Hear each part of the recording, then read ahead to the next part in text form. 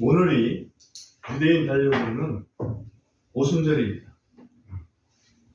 77절이라고도 하고요. 맥추절이라고도 합니다.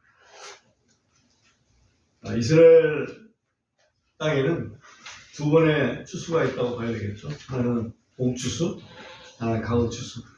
우리도 마찬가지입니다, 사실은. 여러분들이 시골에서 살아봤으면 지금 쓰면 밀, 보리 이런 추수를 할 때가 거의 가까우고 있다 하는 것을 여러분 알 겁니다. 그리고 가을 되면 물론 벼 추수를 하게 되겠죠.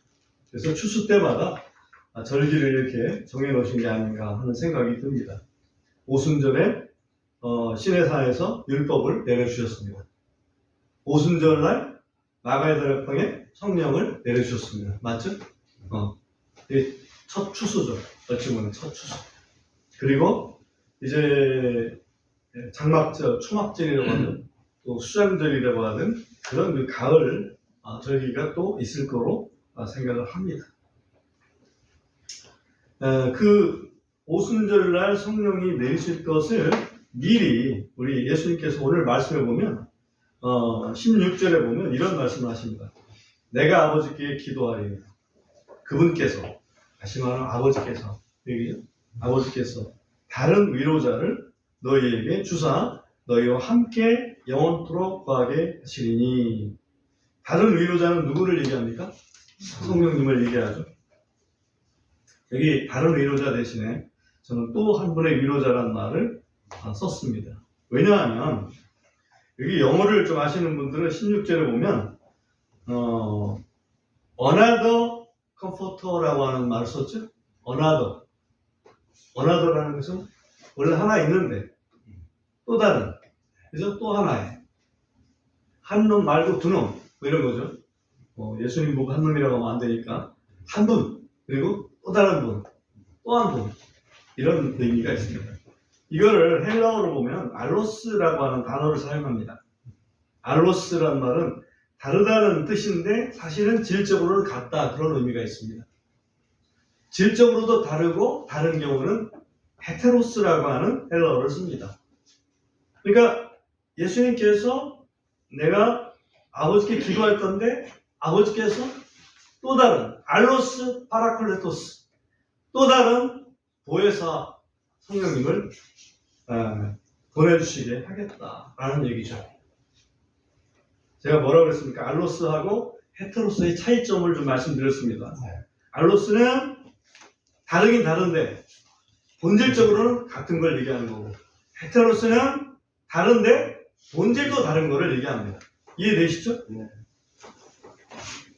예를 들면, 예를 들 것까지 놓겠지만, 김서방하고 이서방 다 이게 한국의 남자들이죠. 김서방, 이서방. 이거는 정말 김서방, 이서방 이름만 다르지 본질적으로는 같죠. 근데 예를 들면 이몽룡, 성춘향 본질적으로 좀 다르죠.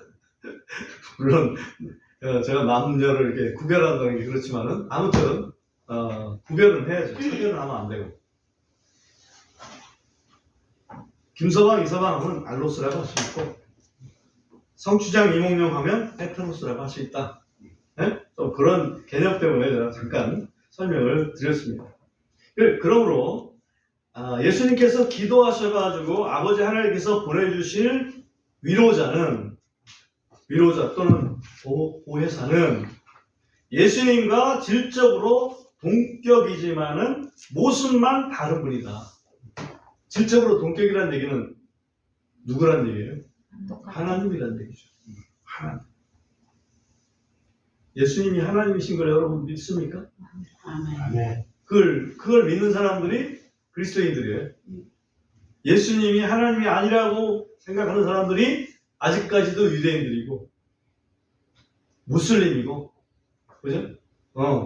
예수님이 하나님이시다, 하나님의 아들이시고 하나님은 아버지와 아들과 성령님으로 계신다, 이걸 믿는 사람들이 예수 믿는 사람들이라고요.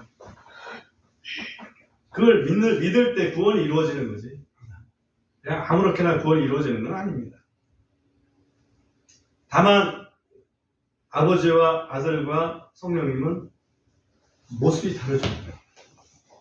격은 똑같으신데 모습이 달라요. 그런 것처럼 다른 또 한 분의 위로자를 보내주시겠다. 이렇게 예수님께서 말씀하십니다.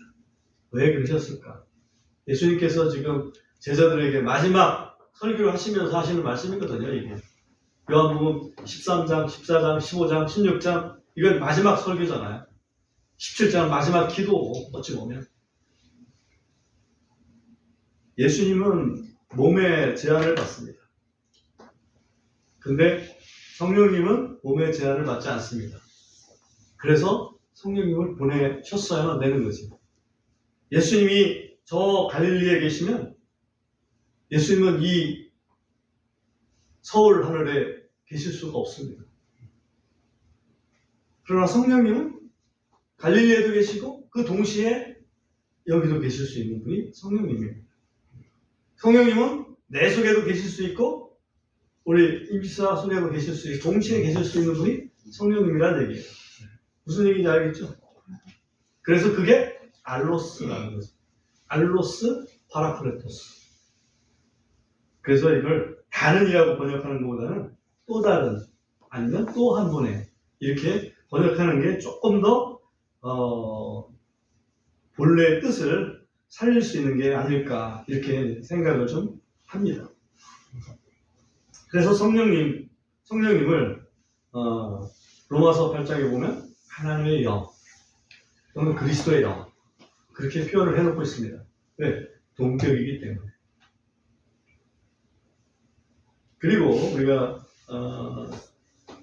14장 우리 쭉 읽고 있는데 거기에 20절에 가서 잠깐 보세요. 20절에 보면 그러나 너희가 이것을 알리니 내가 내 아버지 안에 너희가 내 안에 또 내가 너희 안에 있다는 것이라 이것을 너희가 알 것이다 이 말이죠. 그러니까 성령님이 우리 속에 거하시지 않았다면 성령님이 우리 속에 거하시지 않았다면 우리 주님이 내 안에 계신다는 걸 어떻게 해? 그죠? 뭘로 내 안에 계신다고 얘기할 수가 있을까요? 없죠? 성령님이 내 안에 계심으로 주님이 내 안에 계시는구나. 그리고 나는 주님의 것이구나. 내가 하나님 안에 있구나 하는 것을 이렇게 알 수 있게 되는 것이다. 이게 소위 또 한 분의 위로자라는 얘기입니다. 위로자라는 말을 파라크레토스라고 헬라 원어로 얘기를 합니다. 파라크레토스라는 것은 파라라는 건 옆이라는 얘기거든요. 옆이라는 얘기예요. 클레토스라는 것은 돕는다 이런 의미가 있습니다. 칼레오라는 콜 하는 거 여러분 아시죠? 그래서 옆에서 도와요. 뭘 하려고 돕냐면 보통은 법정에서 변호하려고 돕는 경우를 사용을 많이 합니다. 파라클레토스는 어찌 보면 변호사 같은 분이다. 변호사. 우리가 뭘 잘못했어야지 변호사가 필요한 거 아니에요? 그러니까 우리는 뭔가 잘못하고 있다는 얘기지. 우리는 항상 하나님 앞에 뭔가 잘못을 용서받을 필요가 있다는 얘기예요. 그래서 그거를 합법화 시켜주는 거지. 합리화 시켜주는 거예요. 그분이 바로 성령님이다. 성령님은 우리 몸 속에, 우리 혼 속에, 우리의 영 속에 거하십니다. 그러시면서 우리에게 그 다음에 보면 가르치시는 일들이 있다 하는 것을 볼 수 있습니다. 17절에 보면 곧 진리의 영이시라 라고 말씀하고 있습니다. 진리의 영이십니다. 그래서 진리의 영으로서 우리에게 진리를 가르쳐 주시는 분이 우리 성령님이십니다.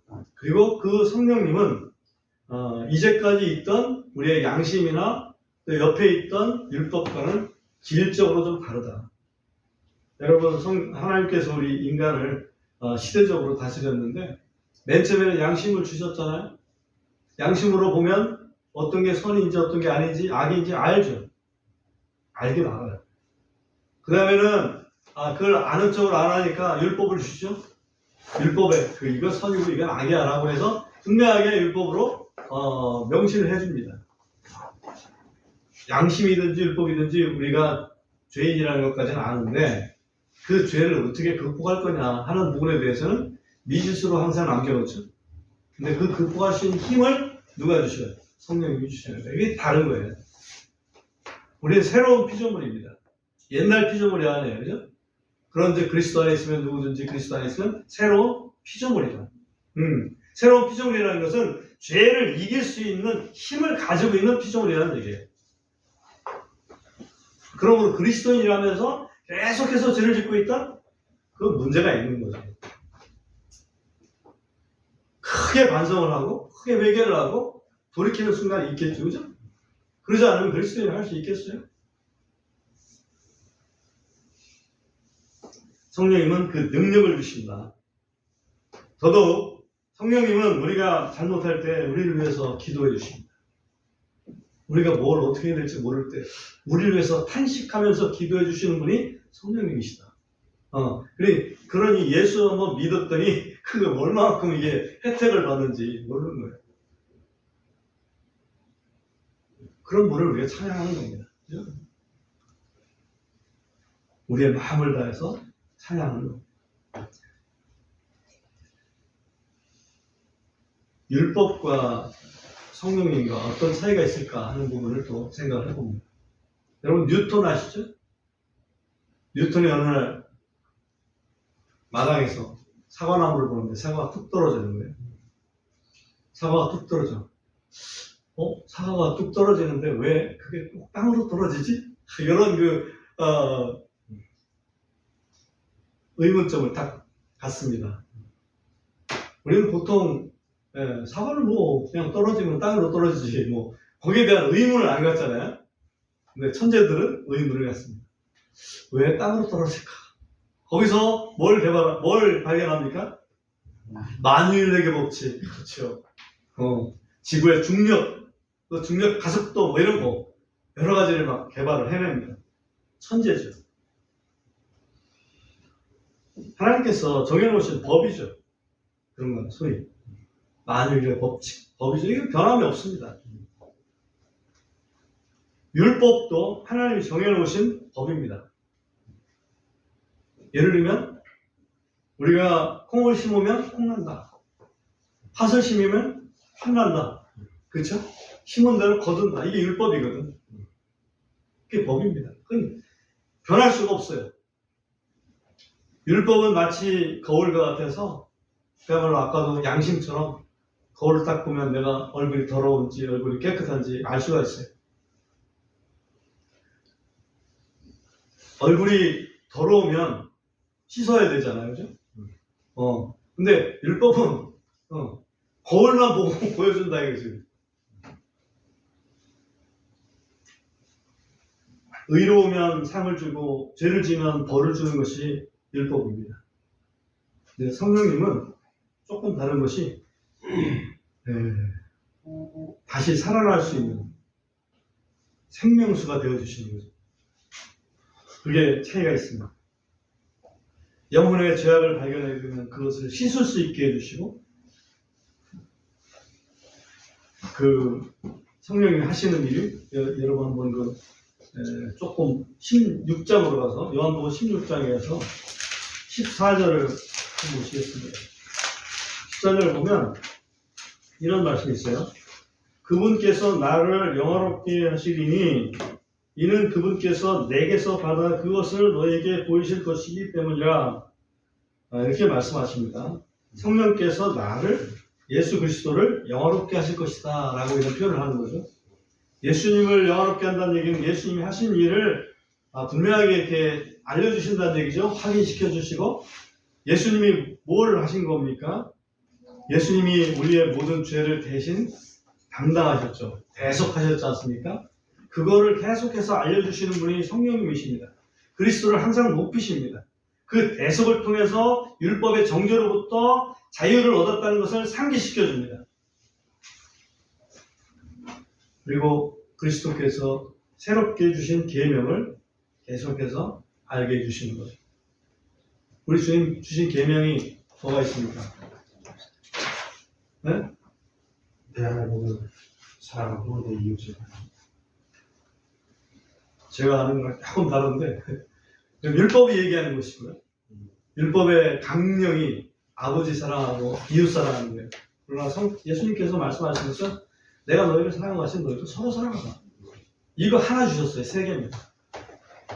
그죠? 내가 너희를 사랑하신 너희 서로 사랑하라. 그러니까 성령께서는 그 서로 사랑에 대한 내 속에서 사랑, 형제는 내가 사랑에 대해 있구나. 사랑의 대상이구나. 하는 것을 계속해서 일깨워주는 거지.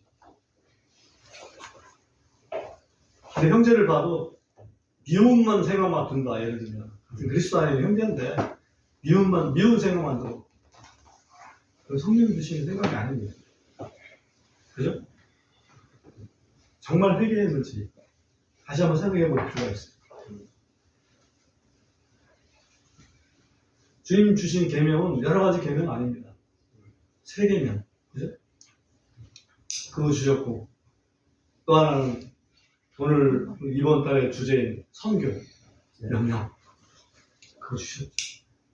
계명은 서로 사랑하라. 명령은 세계 선교. 그것을 계속해서 성령께서는 우리에게 상기시켜 주십니다. 그래서 오늘 본문 읽었는데 14장 21절 마지막 절에 보면 이 말씀이 있죠. 내 명령들을 가지고 그것들을 지키는 자가 나를 사랑하는 자니. 지키는 자가 나를 사랑하는 자니. 나를 사랑하는 자는 내가 어떻게 사랑을 받을 것이요 나도 그를 사랑하여 그에게 나를 나타내리라. 사랑하는 자에게 예수님께서 자신을 보여주시겠다 이렇게 말씀하십니다. 그리고 우리가 제일 첫 구절 15절을 읽었었는데 15절을 보면 만일 너희가 나를 사랑하면 내 명령들을 지키라. 그 성령께서는 우리한테 그 하나님의 사랑에 대해서 계속 리마인드를 시켜주시거든요. 그걸 시켜주시면 우리가 하나님을 사랑할 수밖에 없죠. 그러면 하나님께서 그리스도께서 자신을 우리에게 나타내 주시겠다 이렇게 말씀하십니다. 여러분 이런 말 있잖아요. 아는 만큼 보인다. 여기 꽃이 있지만 이 난에 대해서 아는 만큼 느낌이 다를 겁니다. 어떤 사람은 아름답네 뭐 이런 정도고요. 어떤 사람은 나는 정말 올곧지 항상 단순하지만 뭐 이런 또 생각을 할 것이고 여러 가지 생각을 하게 될 겁니다. 깊은 생각들. 어떤 사람은 음악을 들으면서 뭐 듣기 전에 이렇게 할 수도 있지만 어떤 사람은 여기에서 여름이 있고 여기 겨울이 있고 여기 봄이 다시 오는구나 이런 걸 또 감상을 하는 사람도 있습니다.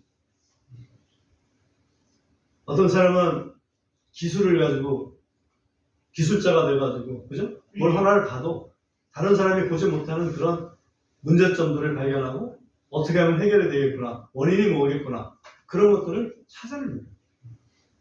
보통 사람들이 잘 모르죠. 그죠? 아는 만큼 보이는 거죠.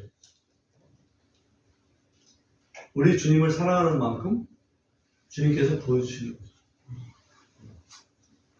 사랑한다는 말을 그 어원을 순수 우리말에서 찾아보면 순수 우리말이 아니구나. 한자의 의미가 있구나. 이런 걸 좀 느끼게 돼요. 사량에서 나왔거든요. 생각할 사자에 헤아리냐. 그러니까 사랑이라는 건 자꾸 생각하는 거죠. 자꾸 생각해. 많이 생각하는 거죠. 사랑할수록 많이 생각하죠. 젊은 청춘이 사랑에 빠지게 되면 언제나서나 당신 생각이죠. 그죠? 언제나서나. 성령님은 늘 주님을 사랑하게 만듭니다. 늘 주님을 생각하게 만듭니다. 주님이라면 이럴 때 어떻게 할까? 주님이라면 뭐라고 하실까?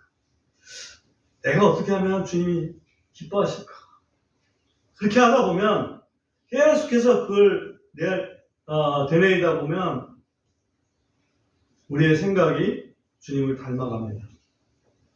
우리의 말도 주님을 닮아갑니다. 우리의 행동도 주님을 닮아가게 되는 거죠. 주님께서 말씀하십니다. 나는 온유하고 겸손하다. 그러면 주님을 믿는 사람들은 점점점 온유하고 겸손해집니다. 주님을 닮아가는 사람들. 포악한 것이 계속 남아있다. 그러면 다시 한번 생각해 봐야 돼요. 정말 주님의 사람인지. 그죠? 성령님은 계속해서 우리를 가르쳐 주시고 일깨워 주시고 주님을 생각하게 합니다. 여러분 얼마만큼 삶을 살면서 주님을 생각하십니까? 주님은 우리에게 사랑의 명령, 복음 전파의 명령 이 두 가지밖에는 주신 것이 없어요. 두 가지만 생각하면 됩니다.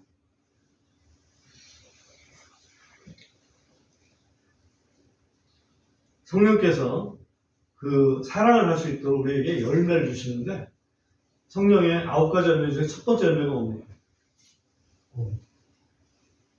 사랑이죠. 맞죠? 사랑과 희락과 화평이죠. 네.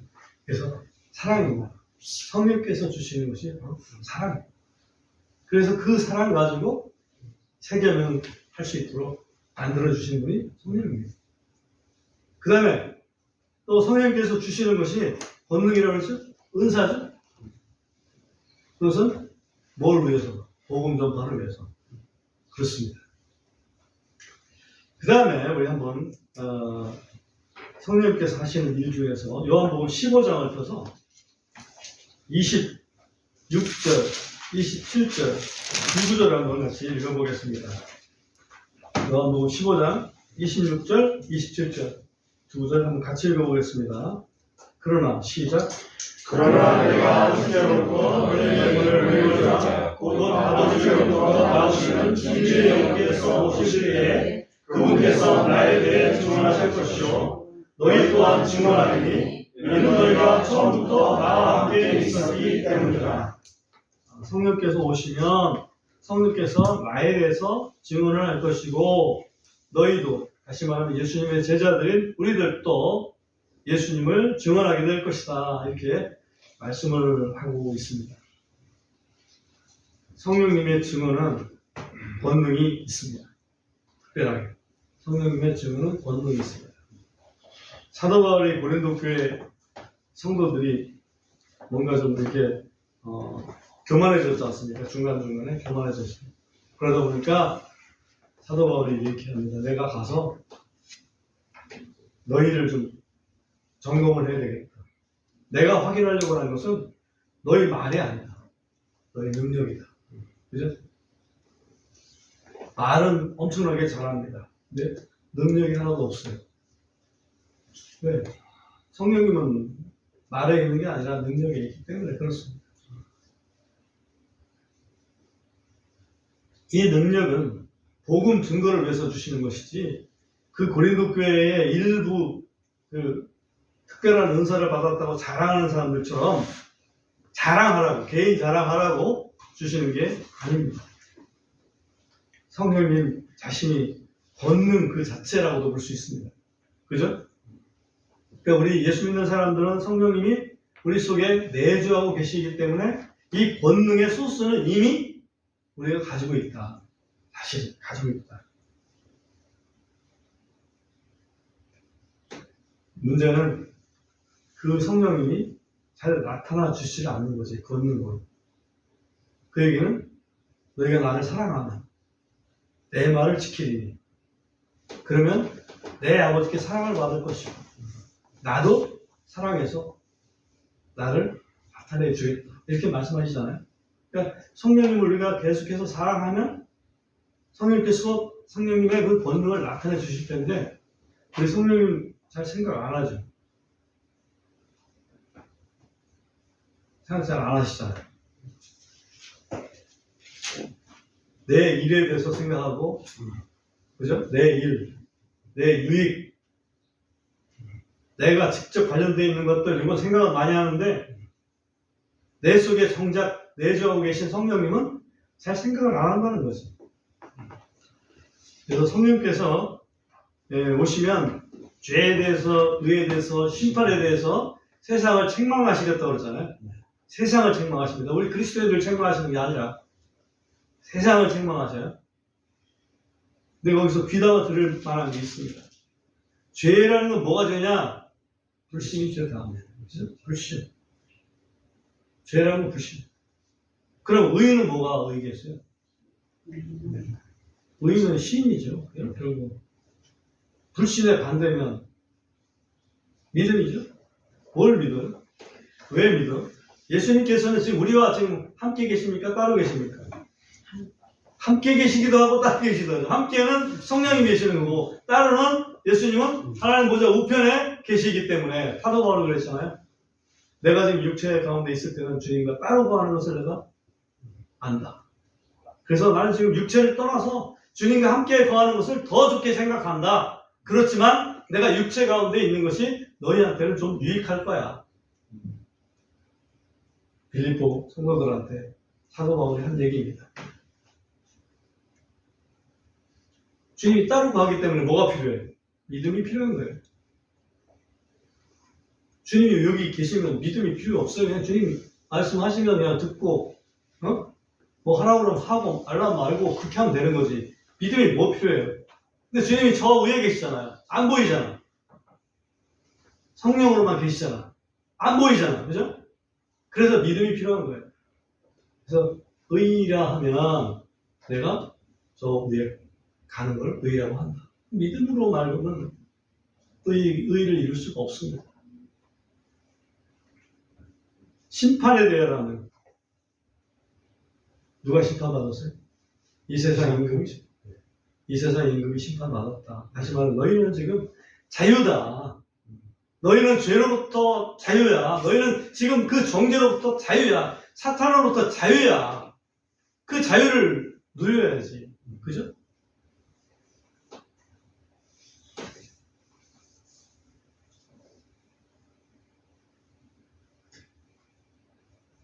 신천지 사람들하고 몇 번 이렇게 얘기를 해보니까 그 사람들의 그거는 뭐냐면 이거 있더라고.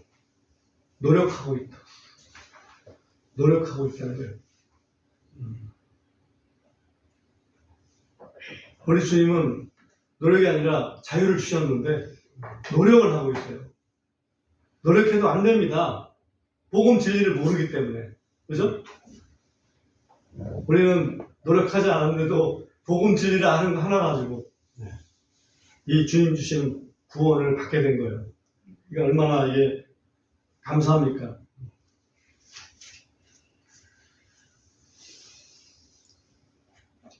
근데 문제가 되는 부분은 우리 성령님이 예수 그리스도를 증언하고 우리 그리스도인들도 예수 그리스도를 증언해야 되는 것이 그의 어떤 사명인데 성령님께서 우리를 그리스도를 증언하는 도구로 이렇게 사용해 주셔야 되는데 지금 그 도구로 잘 사용되지를 못하고 있다 이거지.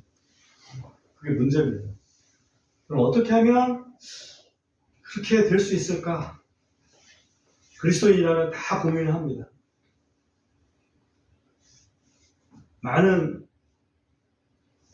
목사님들이 고민하고 그거에 대해서 나름대로 이 해결책을 제시를 합니다. 근데 딱 두 가지가 있어요.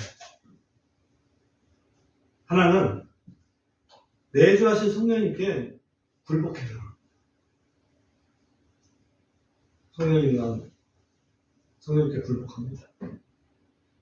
나의 생각 다 버리고 성령님 말씀하시면 따르겠습니다.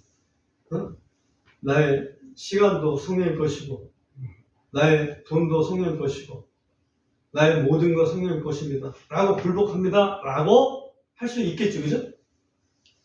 그런 대안을 하나 내는 분이 있고 큰 주류입니다. 또 하나의 부류는 뭐냐면 오늘 암송선고 했던 것처럼 암송선고 보면 아버지께서 하늘에 계시니까 아버지께서 구하는 자, 기도하는 자에게 성령을 주시지 않겠느냐? 그 말씀하시는 거죠. 그러니까 성령이 우리 속에 계신데 성령을 주신다 이 말은 성령으로 더 충만하게 해주신다. 이제 그런 의미다. 그러니 기도해요. 성령 충만을 받을 때까지 기도해요. 이렇게 제가 대안을 제시하는 분들이 있습니다. 예를 들면 무디 같은 분 있잖아요.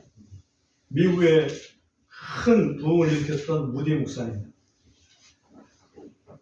그분도 설교를 하는데 그 결과 신통치가 않은 거예요. 저하고 똑같은 거예요. 결과 신통치가 않아. 근데 어떤 분이 목사님 설교에는 성령님의 그 능력이 안 느껴집니다. 한마디로 이런 얘기를 들은 거예요. 그래서 성령 충만 받으셔야 됩니다. 그래서 모디 목사님이 기도할 때마다 성도님들 내가 성령 충만을 받을 수 있게 그렇게 기도를 좀 해주십사 부탁을 했어요. 근데 어느 날 갑자기 뉴욕 거리를 걷다가 성령이 막 충만하게 막 인자하시는 그런 느낌을 받아요. 그래가지고 이제 빈 공간 찾아가지고 거기서 몇 시간을 기도를 합니다. 그 다음 주일날 설교를 하는데 그 전하고 똑같은 설교를 하는 거예요. 그러니까 평범한 한마디로 평상시 준비하는 그 수준의 설교를 합니다. 그런데 그 결과가 달라요. 똑같은 설교인데 사람들이 회개하고 예수님 믿고 새로 구원받고 막 이런 일들이 막 벌어지는 거예요. 그게 뭐냐고. 성령님의 역사는 그런 거라는 얘기죠.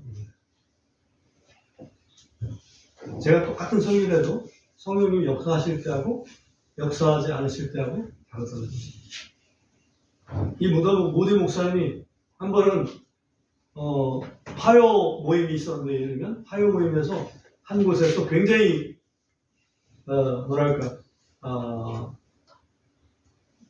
설교가 능력이 있었고 그 설교로 인해서 많은 사람들이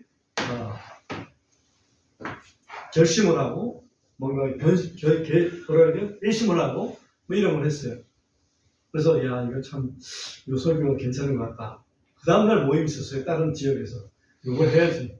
그래서 그걸 똑같이 했어요. 설교는 똑같아. 냉랭한 거야. 왜 그런가 보니까 그 설교를 하면서 자기 기도하지 않았어. 같은 설교인데도 내가 성령님께 의지하고 기도를 하고 했느냐 안 하느냐에 따라서 다르더라는 거죠. 그래서 누가복음 11장 13절 다시 한번 봅시다. 한번. 감성 중이니까요. 누가복음 11장 13절에 보면 그런즉 너희가 악할지라도 너희 자녀들에게 좋은 선물들을 줄 줄을 알거늘 하물며 너희 하늘 아버지께서는 얼마나 더 자기에게 구하는 자들에게 성령을 주시겠냐 이렇게 번역했는데 그 의미는 우리의 정상적인 표현으로는 주시지 않겠느냐 이렇게 해야지 주신다 이런 거에 대한 표현이잖아요. 번역상은 차이가 있지만 이렇게 이해를 해주면 좋을 것 같아요. 근데 여기 성령을 주신다는 말인데 그 마태복음의 같은 말에 보면 좋은 것들을 주신다는 걸 했어요. 좋은 것을 주지 않겠느냐. 과연 좋은 것들이라는 것은 어떤 거를 얘기할까 생각을 해봅니다. 이게 결국은 복음 증거하는 데 필요한 이 권능들이기 때문에 이것은 성령님의 은사로 해석할 수가 있겠다. 그래서 고린도서 14장에 보면 영적인 은사들을 사모해라 이렇게 사도 바울이 얘기하잖아요. 사모해라. 사모하라는 얘기는 그런 은사들이 내가 있었으면 좋겠다고 해서 기도해라 그런 뜻이나 마찬가지예요. 전도에 꼭 필요한 은사들, 권능들이 뭐가 있을까요? 성령의 9가지 은사가 다 필요해요. 예를 들면 지혜의 은사, 지혜 필요하죠? 사람들한테 접근하면 지혜 필요합니다. 지식도 필요합니다. 믿음도 필요하죠. 때로는 예언도 필요하죠. 어떤 때는 방언도 필요합니다. 어떤 때는 치유도 필요하고요. 어떤 때는 영 분별도 필요해요.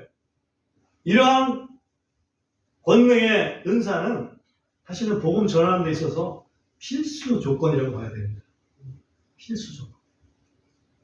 그러니 그거를 사모하고 구해야 되지. 그걸 사모하지 않고 구하지 않으면 성령님이 계시는데, 속에는 계시는데 잠재력은 다 있어요. 그죠?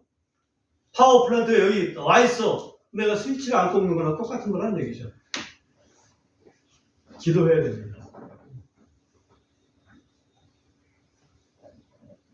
저도 기도하지만 여러분도 기도해 주시고, 그죠? 우리 교회 성령님의 그 강력한 드라이브가 있게끔 그렇게 기도해 주시기 바랍니다. 우리 주님의 기도의 결과로 성령님이 오셨습니다. 내가 아버지께 기도하리니. 성령님이 우리한테 오신 이유는 우리 주님이 기도하셨기 때문에 오신 거예요. 내가 아버지께 기도하리니 또 다른 또 한 분의 위로자를, 보혜사를 아버지께서 보내실 것이다. 그래서 우리가 예수님 영접할 때 우리 마음속에 예수님이 영으로, 그리스도의 영으로 부르시는 거지. 그죠? 예수님 저 위에 계시는데 어떻게 들어요? 성령으로 부르신다고. 그 길밖에 없어요. 그래서 우리 속에 들어오셔서 우리를 하나님 자녀로 거듭나게 만들어주시는 거죠. 이제 우리 소스는 이 속에 있습니다. 그 다음 우리가 해야 돼요. 우리 몫이 있어요. 다 해줍니까?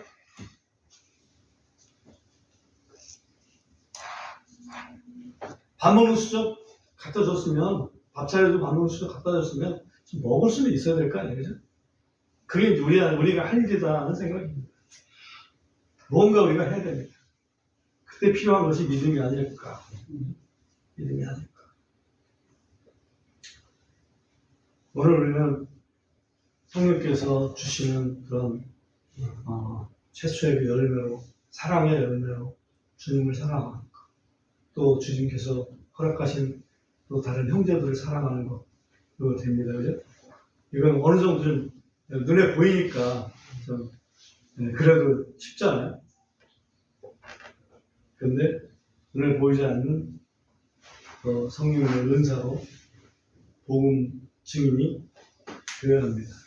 그래서 그 은사들을 사모하고 우리가 강구해야 되겠다. 그죠? 구하는 자에게 아버지께서 주신다라고 말씀하셨으니 우리는 성령의 은사를 구합시다.